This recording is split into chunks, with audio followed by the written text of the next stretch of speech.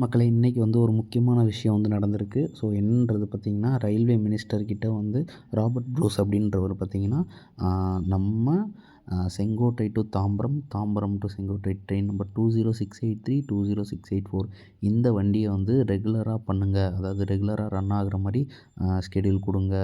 அதே ஸ்டாப்பிங்கோட கொடுத்தாலும் ஓகே தான் அப்படின்ற மாரி ஒரு கோரிக்கை வந்து வச்சுருக்காங்க.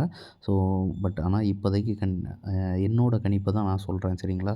ஸோ என்னோட கணிப்புப்படி சொல்கிறேன். கண்டிப்பாக இப்போதைக்கு அந்த மாதிரி ஒரு இம்ப்ளிமெண்ட் நீங்கள் எவ்வளோ ரெக்வெஸ்ட் கொடுத்தாலும் கண்டிப்பாக பண்ண மாட்டாங்க. ஏன்னா பார்த்தீங்கன்னா, அதனுடைய ஆல்டர்னேட்டிவ் டேஸில் வந்து சிலம்பு ஓடிட்டுருக்கு, சரிங்களா? ஸோ இப்போ அவங்க என்ன கேட்குறாங்கன்னு பார்த்தீங்கன்னா, எனக்கு வந்து நீங்கள் இந்த வண்டி இது பண்ணி கொடுங்க, ரெகுலர் பண்ணி கொடுங்க தாம்பரம் செங்கோட்டைய. 2மே வேறு வேறு ரூட்டு தான். பட் பார்த்தீங்கனாலும் ஆல்டர்னேட்டிவ் டேஸில் வந்து செங்கோட்டைக்கு வந்து சேர்ற வண்டி, சரிங்களா? பட் இதை கொடுக்குறனால வந்து பார்த்திங்கன்னா, ஆல்ரெடி வந்து செங்கோட்டையில் வந்து பிளாட்ஃபார்ம் இஷ்யூஸ் இருக்குது.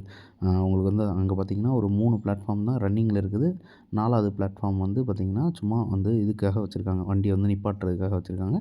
5வது வந்து சன்டிங்காக யூஸ் பண்ணிகிட்ருக்காங்க மக்களே. ஸோ மொத்தமாகவே ரன்னிங்கில் இருக்கிறது 3 பிளாட்ஃபார்ம் தான். ஸோ வண்டி வந்து நின்று போகிறதுக்கு வந்து கண்டிப்பாக ரொம்ப இடையூறாக தான் இருக்கும்.